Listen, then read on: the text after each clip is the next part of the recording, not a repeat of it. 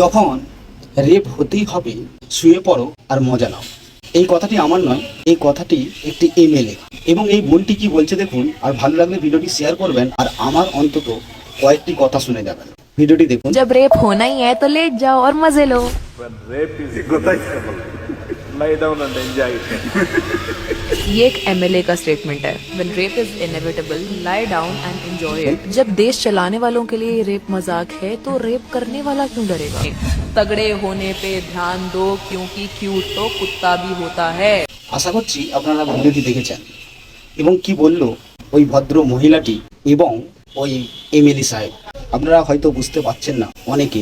উনি বলছেন যখন রেপ হতে হবে চিন্তা ভাবনা করার কোনো দরকার নাই, শুয়ে পড়ো আর মজা নাও।